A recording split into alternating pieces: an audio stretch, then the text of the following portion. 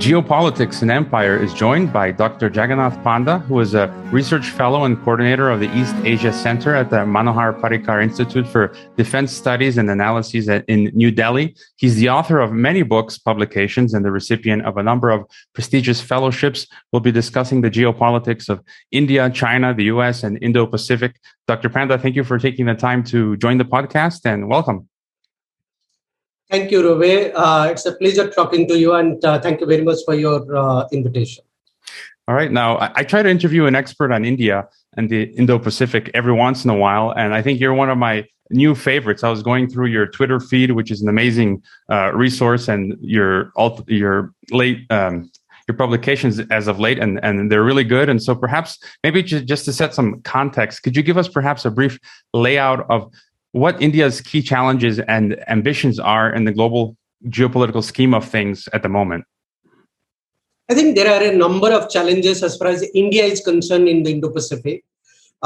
We have to see it from every country's domestic point of view. I think the biggest challenge at this moment in India is how to sustain its economic growth and how to put its domestic constituency in order, trying to have a much more stable and effective governance process. And I think that is key to any nation's governance and any nation's rights. And India is no exception to that effect.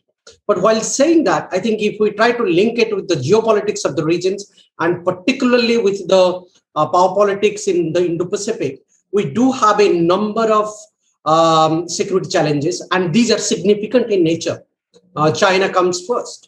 I think, a couple of decades back, one would say that probably it is Pakistan, which used to be the number one challenges for India. But today, I think the kind of power China has emerged and the kind of influence they do have in the regions, their revisionist activisms, their geopolitical strategy, and the way the People's Liberation Army, along with the Chinese Communist Party, carry out their diplomacy towards the neighbors, including a competing powers like India, that's actually comes as a much bigger concern and threat to India and many other countries. So therefore, I would say that more than the domestic constituency, if we try to link it and try to think it from a geopolitical point of view, China has emerged the number one strategic concern and threat for India.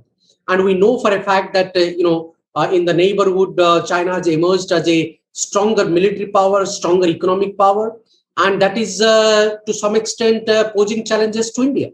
More than that, I think we do have also other security challenges like Pakistan, which is a traditional rival country.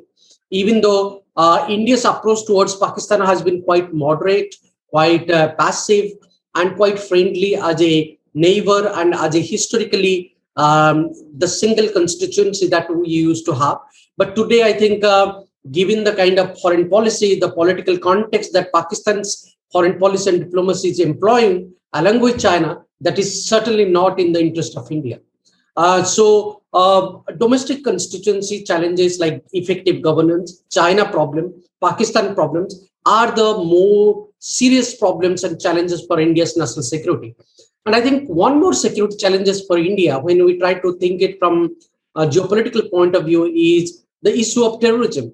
I think the issue of terrorism, even though in the last couple of years we have seen that the terrorism has come down to affect India's national security, and that is primarily because of the effective security measures and counter-terrorism strategy of the current government. But again, India has been a victim of terrorism for last 3 decades or so.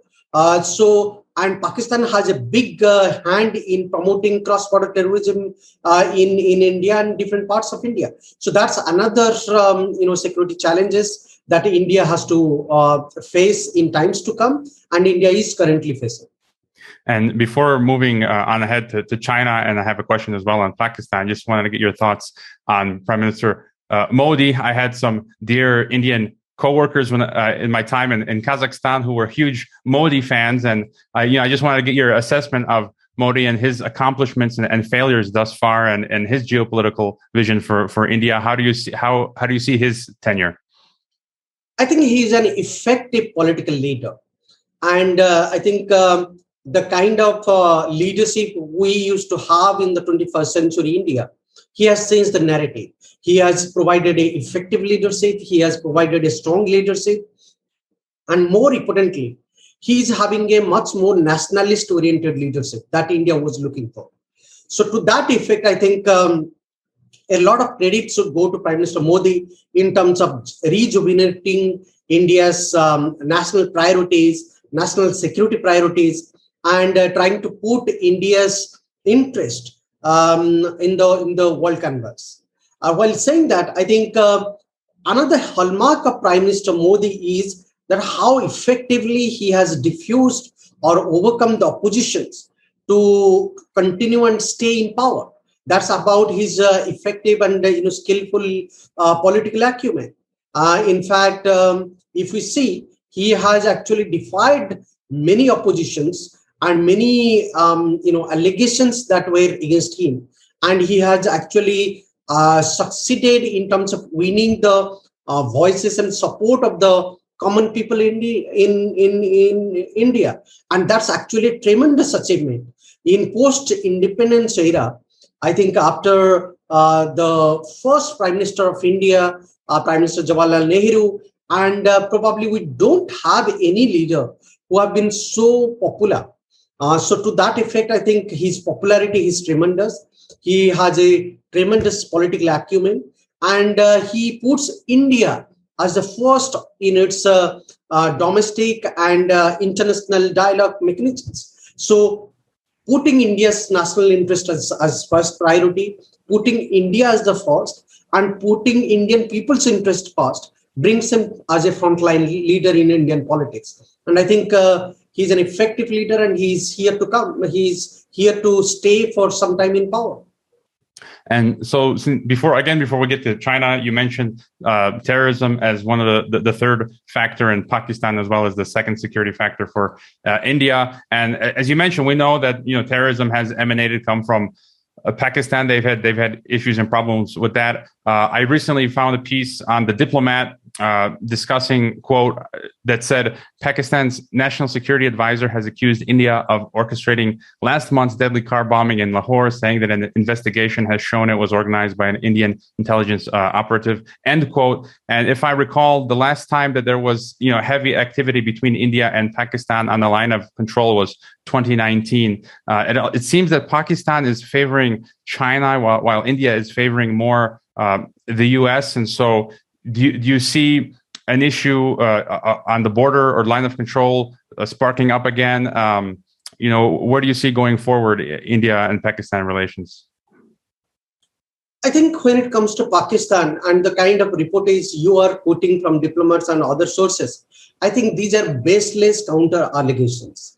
And for a long time, we know that Pakistan's foreign policy and national narrative is based on anti-India narrative. And that's how the political leaders within Pakistan, they have survived, they have thrilled, and they have captured power by carrying out anti-India sentiment among the Pakistani people. So I think what we are seeing and what you are quoting is nothing, really surprising, because Pakistan has pursued anti-India foreign policy to survive and position itself not only within the domestic constituency, but also regionally and in global politics. While saying that, I think we need to understand that, both Pakistan and China have a common point agenda to destabilize India, to restrict India's rights, because they do see India's rights is not into their interest, even though they have all the opportunities to take advantage of India's rights in regional and global politics and associate with India, as India is known for its peace-loving image, peace-loving posture. But unfortunately, when it comes to Pakistan and China, they don't have such a passive foreign policy. They have a much more active foreign policy, which is based on anti-India foreign policy. And when it comes to Pakistan's foreign policy, having an anti-India narrative is a given. When it comes to Chinese foreign policy, having an anti-India, anti-Japan, anti-US narrative in its foreign policy is a given. So I think we should not be really surprised. And the way the Pakistan-China partnership is evolving That's not really surprising because most of these partnerships are meant to sideline India, pressurize India, and try to cut through India's security interest in the regions and economic interest in the regions. And this is what their partnership is doing for a number of years. While saying that, I think we also need to see that the way they have carried out connectivity projects, including the China-Pakistan Economic Corridor. If you talk about the China-Pakistan Economic Corridor, that is one of the flagship corridor projects of the Belt and Road Initiative of the Chinese government. So the Chinese government need Pakistan to use it against India and for its own survival to win a capital base, market based in Pakistan, and trying to have an alternative ways of entry to Indian Ocean. So I think the Chinese government, China as a country, need Pakistan more than Pakistan needs China. And now when it comes to Pakistan, even though we can say that Pakistan also equally needs China, but Pakistan's priorities as far as China is very different. Pakistan's priorities from China is that they should get absolutely blind support from China on many issues relating to India and US, because China is a permanent 5 member of the United Nations Security Council. And more importantly, they need Chinese support against India on territorial matters, on Jammu and Kashmir issue, on Ladakh issue, on Gilgit-Baltistan issue, and on issues of Pakistan-occupied Kashmir. So on many issues, Pakistanis need Chinese support, including the finance and the budget part. In fact, today, I think we won't be surprised to see that when you go and see the record of Pakistan's, aid collection and the foreign financial assistance that is coming from any other countries, China ranks probably much higher than any other country. So I think that is something that is really worrisome in the regions.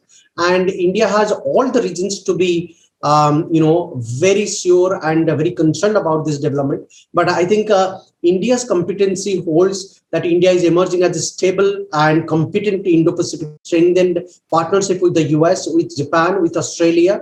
And that is actually unnerving both China and Pakistan and the China-Pakistan partnership per se. And to get to China then, depending on who you ask, China is being made out to have already supplanted, the U.S. empire as a superpower and actively seeking hegemonic expansion. Others consider China to merely be finally joining the table, kind of as a multipolar equal. Yet some consider China as an overextended paper tiger, citing problems with its demographics, need for natural resources, and need to expand. I think you seem to take the position that China is an authoritarian expansionist power. Who is China for you, and what is driving Beijing? Well, China of 20 or 30 years back is not the same China that we are dealing today. In fact, today, I would say that China is very much a revolutionary revisionist power.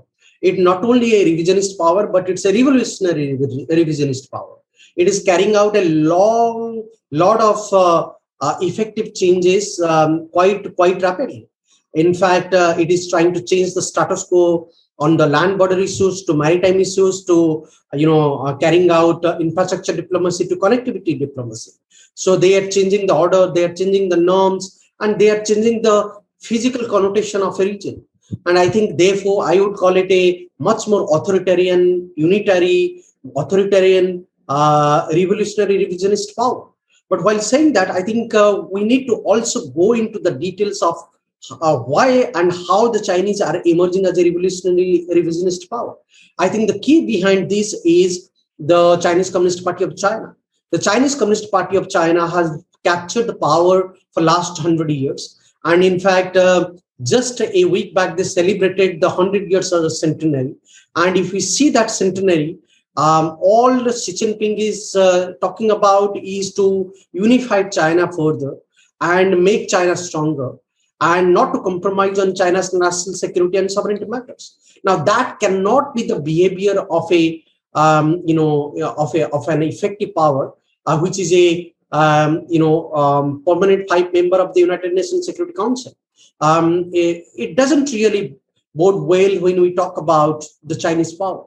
I think 2 decades back, there was a realization among the Chinese leadership that probably China needs to be much more, sober, mild, and China needs to actually engage much more positively and effectively with the regional countries, build their confidence, and win their confidence. But that's not the thing we are seeing today under Xi Jinping's leadership. I think the Chinese power is becoming much more an assertive and aggressive power, trying to put at the front China's national security interest, which is by hook or crook try to acquire as much as land possible, as much as maritime domain is concerned, try to acquire as much as maritime regions are concerned or disputes are concerned, try to have more maritime zones into their fold. And I think that is a worrisome factor. And today also what is really helping them is their position of strength from where they are operating. They have an effective operational tool. And when we talk about their position of strength, I think their position of strength has massively increased, primarily because of the Chinese economy. Chinese economy today has actually been 4 to 5 times higher than Indian economy. If we talk about at the beginning of this century, 21st century, somewhere around 2002 and 2003, there was not much gap between the Chinese economy and Indian economy. But today, those gap has exceptionally, widened, and those gap has been so enormous.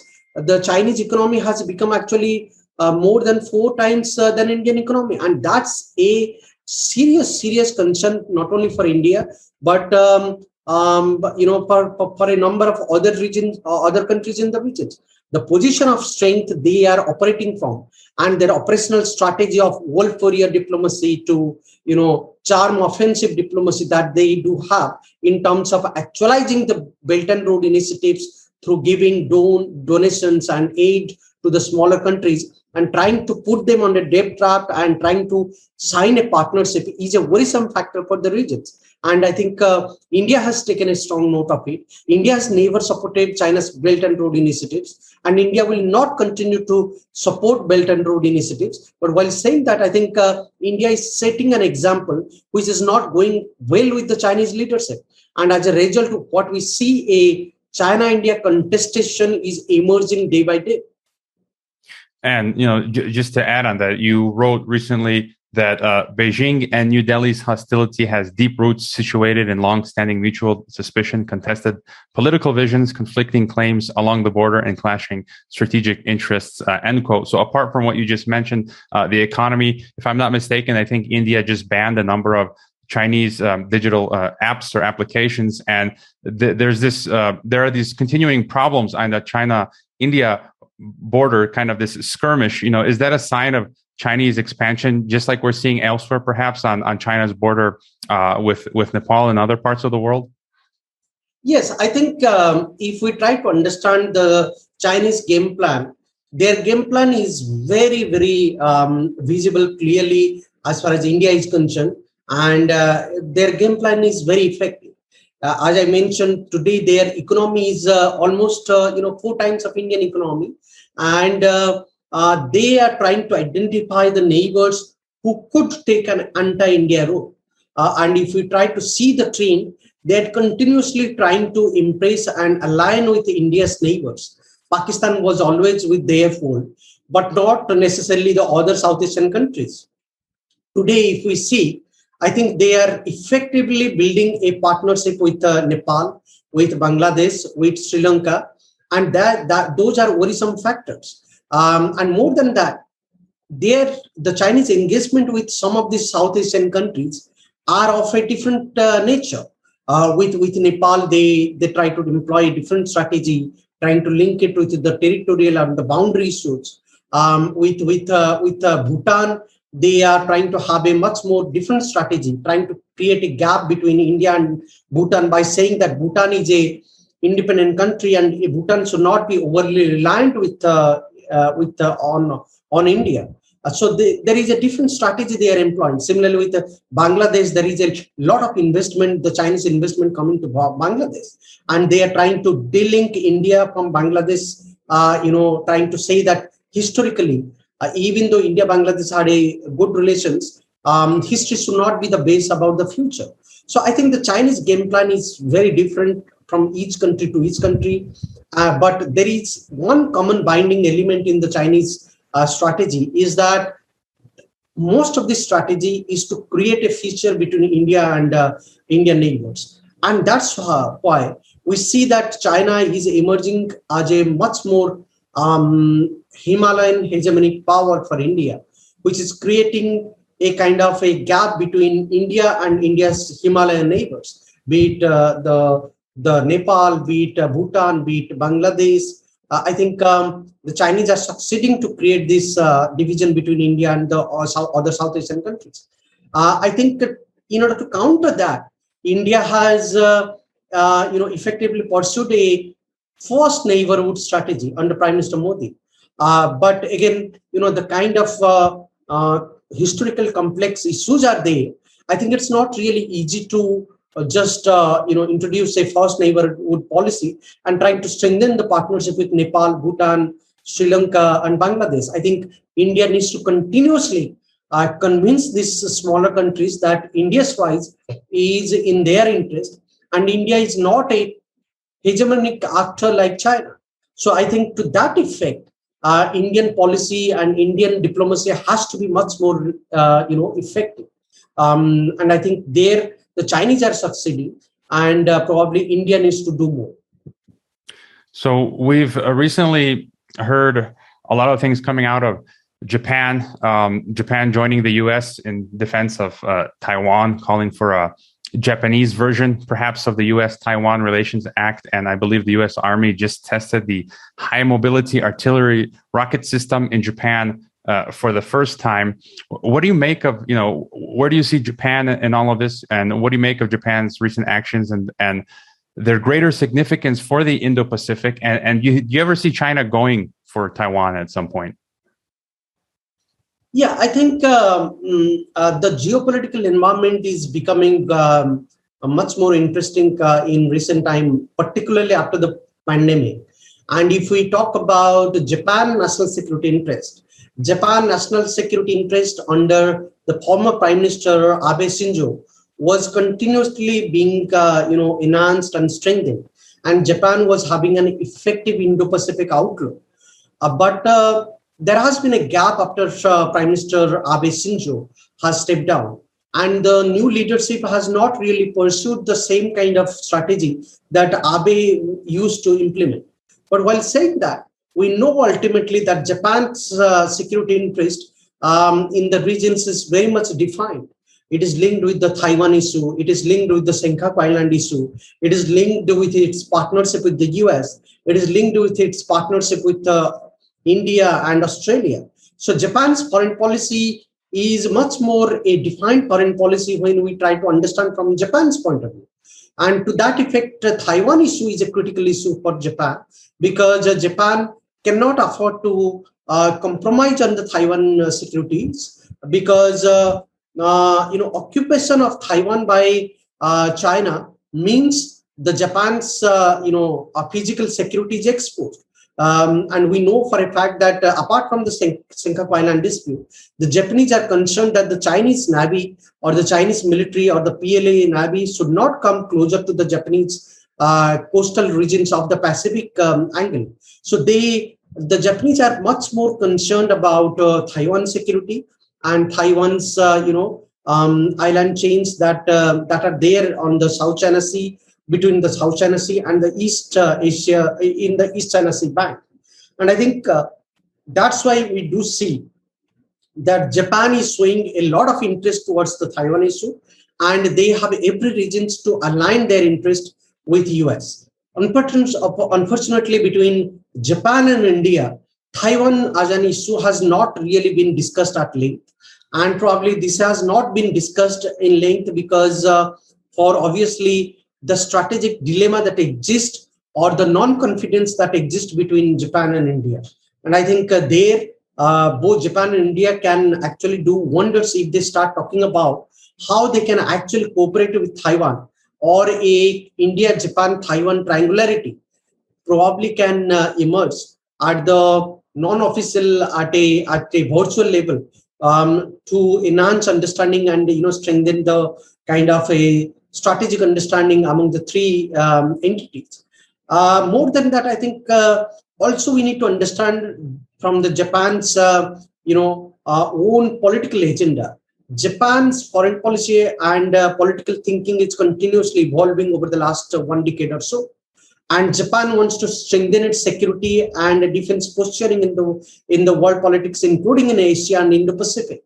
And I think that is something what Japan would like to achieve, no matter which political party is coming to power in Tokyo. And very soon, probably we'll see a election happening in Tokyo. But I think there is a virtual consensus has emerged in Japan over the last few years, even though there are different political biases support different kind of strategies, that Japan needs to strengthen its military and security postures. And to that effect, Taiwan issue is a critical issue. Japan's defense and security partnership with the US is a critical issue. But at the same time, Japan's security and defense partnership with a range of countries outside the US partnership is very useful. So therefore, I think India comes into play as an effective partner for Japan. And we saw that during the pandemic, both Japan and India signed the AXA agreement. And AXA agreement is a game changer agreement in the sense that it is one of those key critical security and defense agreement that actually builds confidence, and it gives equal access to the both the securities to have more confidential oriented of partnerships, to build confidence, to share informations, and to have a much more cooperative platform for cooperation between the two militaries and security entities. And I think to that effect, Japan would expect that its own security and defense posturing in the regions should be enhanced. So to that effect, I think they would be looking at Taiwan in a new context, in a new way. A few months back, I read a really forward-looking, interesting op-ed by, I think, an Indian expert calling, I guess, at some future point for the inclusion of India into NATO. And so I want to get your thoughts on the Quad. Some people consider the Quad an Asian NATO, others not. India is a part of the Quad, so is Australia. And so what are your thoughts on the Quad? Does it have any teeth? As well as, where do Australia and New Zealand fit into the Indo-Pacific geopolitics? I think we should not be really over anxious about the Quad. I think Quad is still yet to emerge as an effective platform. Even though today we do see that there have been official mechanisms that are supporting to strengthen the Quad format. Ministerial meeting has happened. Now the leadership meeting has happened, but still the Quad is a long-term subject, and I think it takes time to build confidence among the four countries: US, Japan, India, and Australia.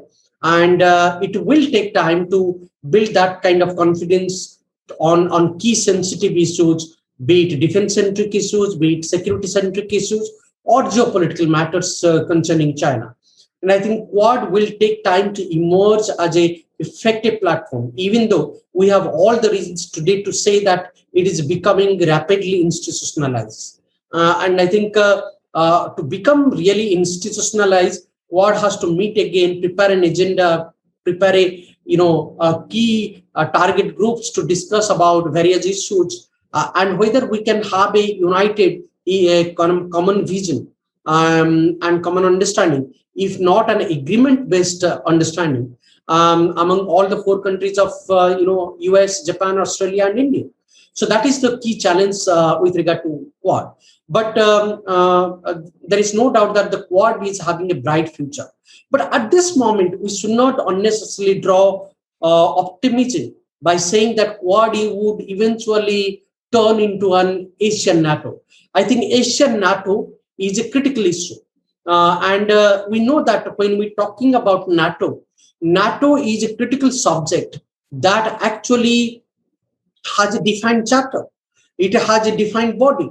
It has a head office. It has a headquarter. There are members who have signed some agreements and some charter. They do follow some specific agenda. the countries are actually partners of a NATO charter.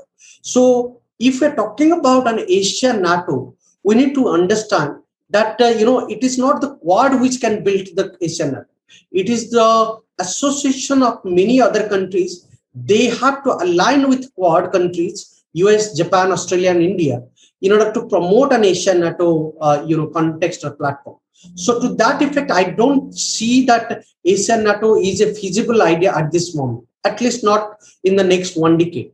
To have an Asian NATO platform, we need to have a security charter, we need to sign an agreement, we need to have a common vision and platform among all the constituency members to have an agreed formula on certain subjects. And more importantly, we need to contribute budget and, we need to also contribute funding and human resources to create a NATO kind of institutions. So I would say that the Quad formulation should not be confused with the Asian NATO. But when it comes to the Quad formulation, I would optimistically say by saying that I think between Quad and Asian NATO, there is another effective platform which all the Quad countries would like to use to their advantage. That is the Quad Plus format or the Quad Plus platform. The Quad Plus platform is to invite countries like, like-minded countries who can actually agree to the Quad agenda or Quad's virtual understanding to build a context, that would be much more complementary or commensurating with the idea of the Indo-Pacific and strengthening the notion of Indo-Pacific. There are a range of countries we saw, showed the same kind of interest. For example, Vietnam. For example, Israel. For example, South Korea. They have enormous interest in the Indo-Pacific. For example, France. They can be actually come into the Quad Plus format and join as a associated dialogue partner with the Quad formulations. They doesn't have to be inducted into the Quad, because if we involve into the Quad won't be Quad anymore.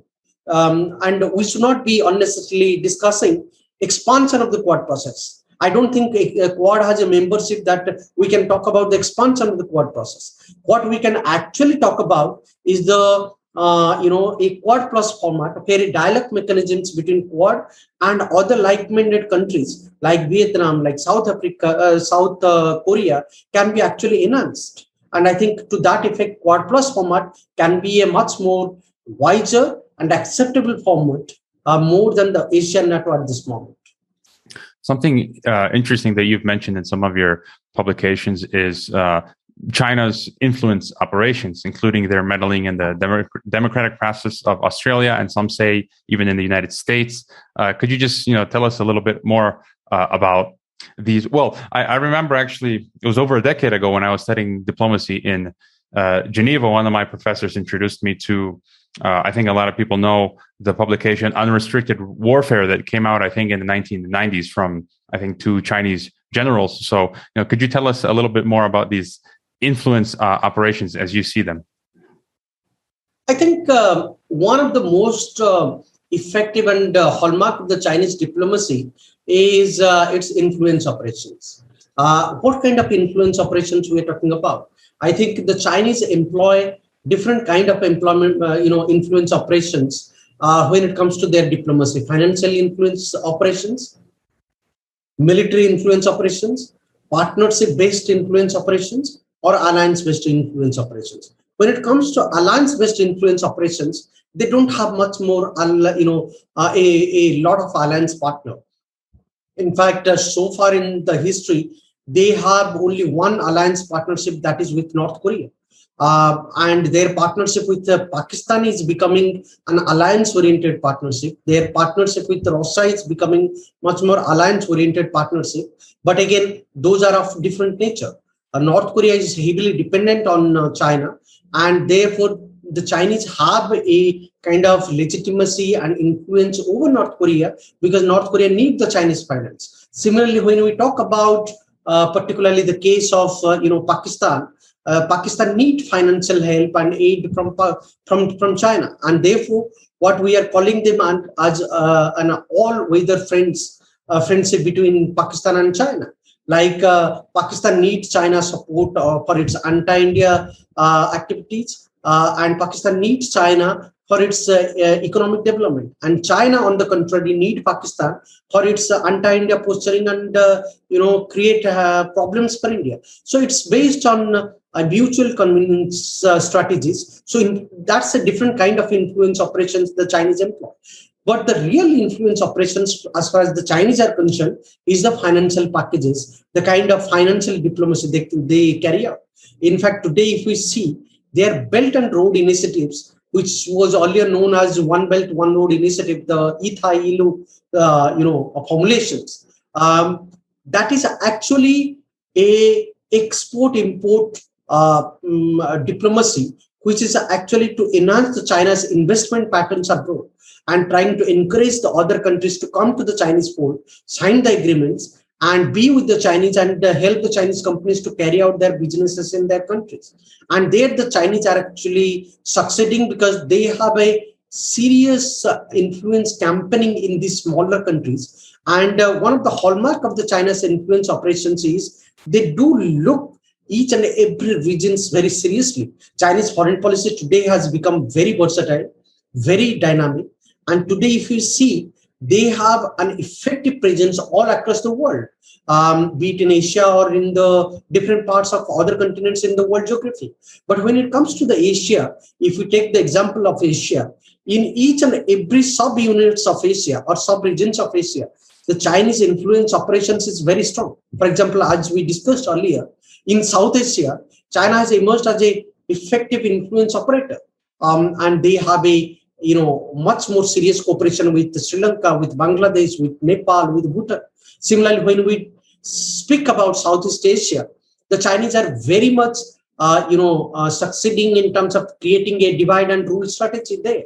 The South China Sea claimant countries have been divided further, where the Chinese are actually investing and pouring money to Southeast Asian market to make them feel that China is an effective economic power and the Southeast Asian countries should not compromise in terms of dealing with Chinese power.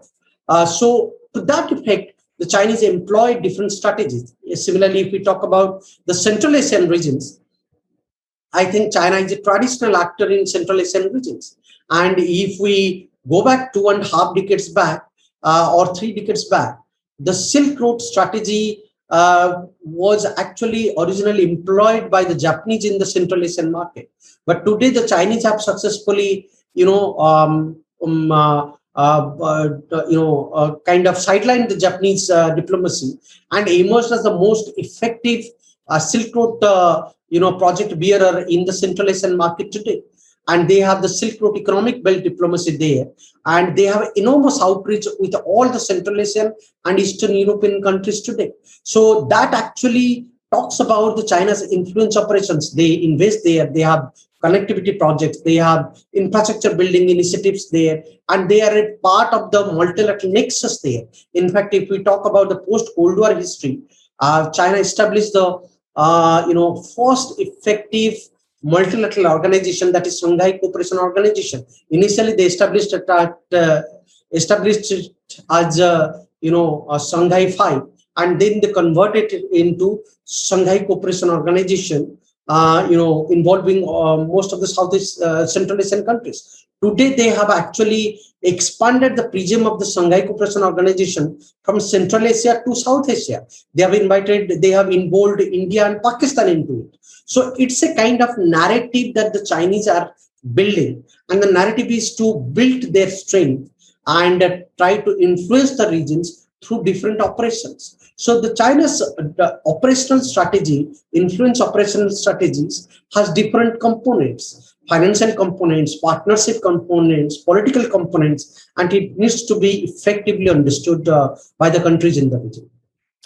I've heard when talking about the Belt and Road, some analysts say that it's dead effectively, and others, China itself, hyping the Belt and Road. I tend to think it's having more success than not. And as well, we're hearing now U.S. countermeasures or reactions such as the Blue Dot Network. So how effective do you think U.S. countermeasures will be in the form of Blue Dot Network or otherwise? And really, how effective do you see the Belt and Road? I think it is premature to say that Belt and Road initiatives is dead. What I would say is that let's not try to see the Belt and Road initiatives in a totally isolated or singular context. Even the President Xi Jinping introduced to the world the Belt and Road package in 2013. But I think Belt and Road initiative was very much a part and parcel of the Chinese diplomacy, Chinese foreign policy much before that. It was very much visible in Hu Jintao's period also, the previous Chinese president. So I think we need to be clear about that Belt and Road initiative is an ongoing Chinese diplomatic practice to put and carry out China's economic and security diplomacy across the regions. Now, coming back to the success of the Belt and Road initiatives, what we need to see is that Belt and Road initiative is not a singular phenomenon which is linked or restricted to a particular region or to a particular set of countries. It has a global phenomenon. It is attached to the Chinese foreign policy. So the Belt and Road initiative will continue to flourish no matter in what countries and what region the Chinese are really facing difficulties or their projects are not really getting successful. I think on majority of the projects are getting successful because of their effective diplomacy and operational strategy. And that should not be misconstrued or misunderstood. But while saying that, I think it also goes saying that the Belt and Road initiatives will continue to face challenges from Indo-Pacific powers, particularly from US, Australia, India, and Japan. In fact, as you mentioned, among US, Japan, and Australia, they formulated the Blue Dot networks, which is about talking about quality infrastructure and certifying those quality infrastructure financing. The China's Belt and Road initiatives are not really talking about quality infrastructure or quality investment proposals. So I think that there is a lack of transparency as far as Belt and Road initiatives are concerned. So what US, Japan, and Australia are trying to do is to build a common platform where some of these countries, they can actually trying to convince the smaller and medium ranked countries to actually be with them and trying to believe in a transparent mode of investment oriented process to win packages, to aim for aid and donations or financial assistance. And I think there the Blue Dot networks has a point, and India would be supporting to that Belt and Road initiatives as an effective Indo-Pacific partner and as a Quad partner. Even though formally India has not joined the Blue Dot network yet, but India is positively considering to be a part of this process and support it because it does challenge to the China's Belt and Road initiatives. So we can say that next few years or next one decade is going to be very challenging. There will be a contest emerging between China's Belt and Road initiatives and Blue Dot network. But again, Blue Dot network needs international financing. It cannot just sustain just as a process of certification.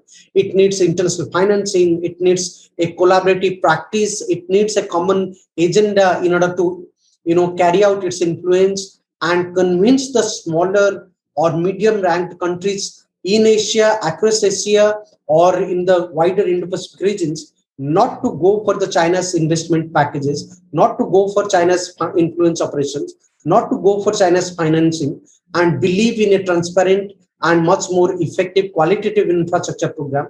And that's where you will see the context emerging more prominently between China's Belt and Road Initiative and China's Indo-Pacific Blue Dot networks. But while saying that, I would not really say that the Belt and Road Initiative has not yet succeeded completely. In fact, it has succeeded sectorally. It might not be a grand success. It is facing problem definitely, but it has also succeeded in areas like Central Asia. It has succeeded in areas in some countries like in Southeast Asia. It has succeeded to some extent in Southeast Asia. So there are success examples from the Chinese side, and we should not be misreading that. I guess my final question would touch on what's coming up almost on a weekly basis, this fear of a great international military conflict occurring as a result of China's rise. It's often talked about the Thucydides trap and so on. Do you see the possibility in some future, who knows when, of perhaps proxy conflicts flaring up, or some greater conflict between U.S., China, and their allies? What we will see a new mode of Cold War operations, a Cold War contest. I think a new mode of Cold War will have a more information-centric, IT-oriented, information technology-oriented, warfare and contest. It might not really be a more physical-oriented military conflict between US and China, or China and the rest. We might see a much more IT-oriented conflict emerging between China and the US, or China versus the rest. And I think there many countries would be caught in between. But the kind of technological power China is emerging, that is certainly going to be a concern for the region and for the world politics. Unless China becomes transparent, unless the Communist Party in China shows inclinations to observe to the democratic means and bring systematically built democracy in China, we don't expect that China becoming a less assertive or more transparent country. China would continue to become an assertive, aggressive, and non-transparent country. It will act more as a hegemonic power in times to come, and that will lead to many conflicts, be it with the US, be it with the rest of the world, including with India or Japan. And I think we will see this power politics coming again and again and intensifying. But I do not see over the next 1 decade or so any physical conflict or a grand war-like situation emerging between China and the US, or China and the rest, because the Chinese would not like to engage in such a conflict, because they have a long-drawn agenda to make and guarantee to the Chinese people that the China's success, China's rise is a continuous process, and it is not a short-sighted, temporary phenomenon.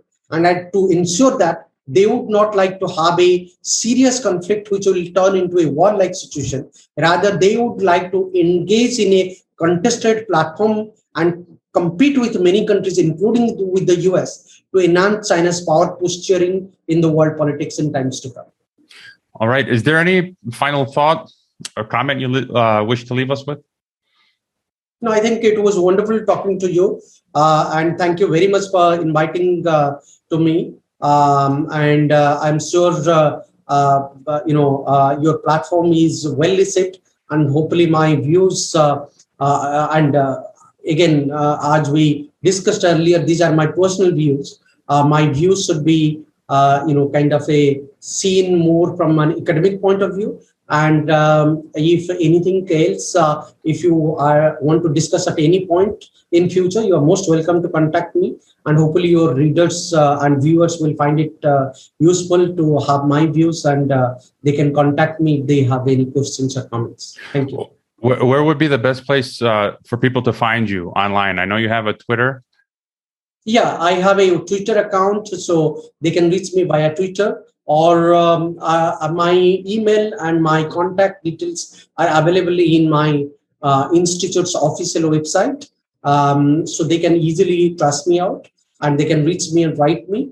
Otherwise, I have my own website, which is jppanda.com. The website is down temporarily for a week. I'm reworking on the website, but they can also reach me through the website. All right, I'll include the links in the description. And I don't always stress how great my guest's Twitter account is, but Dr. Panda's Twitter feed is really an excellent source. And I think just today I retweeted half a dozen posts from his feed, and so I'll include the link to your from the Institute, your website, and there you publish most of your publications. And I'm finding you to be one of my new favorite experts in the region. So thank you again for being on Geopolitics and Empire. Thank you. It's a pleasure talking to you, and have a good day and good week ahead. Thank you. I hope you enjoyed this Geopolitics and Empire podcast interview. The website is geopoliticsandempire.com, and I encourage you to sign up for the free email list through which you can receive an update of every new podcast, as well as a long list of key news headlines once a week. We're being heavily censored. YouTube has deleted some of our videos, and we currently have one strike. Patreon has terminated our account. Facebook has restricted our page, and Reddit has been deleting posts. Our favorite social media channels are Telegram and Twitter. The best places to watch the podcast beyond YouTube are on Odyssey, BitChute, and Brighteon. The best places to listen to the podcast are on SoundCloud, Apple, Spotify, Google, or on any other podcast app. To help keep this podcast alive, leave a review on Apple Podcasts and wherever else. Subscribe to all our platforms and leave a donation if possible via Subscribestar, PayPal, Bitcoin, or Ethereum. You can also find us on MeWe, Minds, Gab, Float, VK, LinkedIn, and Instagram. Thanks for listening.